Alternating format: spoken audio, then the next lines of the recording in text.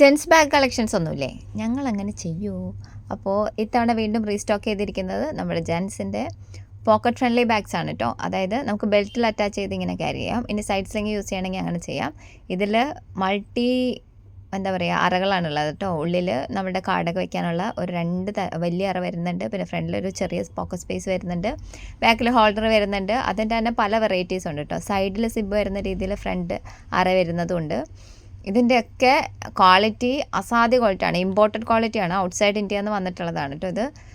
അത്രയും പ്രീമിയം ക്വാളിറ്റിയാണ്. ഇതിൻ്റെ റേറ്റ് ഇതിൻ്റെ ഹൈലൈറ്റ് ആണ്. 499 പ്ലസ് ഷിപ്പിംഗ് ആണ് വരുന്നത്. അതിന് ഇത് ഭയങ്കര വേർത്തിയാണ്. പിന്നെ വരുന്നത് ഈ സൈഡിലേക്ക് നമ്മൾ ചെരിച്ചിടുന്നതും ഹിപ്പിൽ അറ്റാച്ച് ചെയ്യുന്നതുമായിട്ടുള്ള ഈ ടൈപ്പാണ്.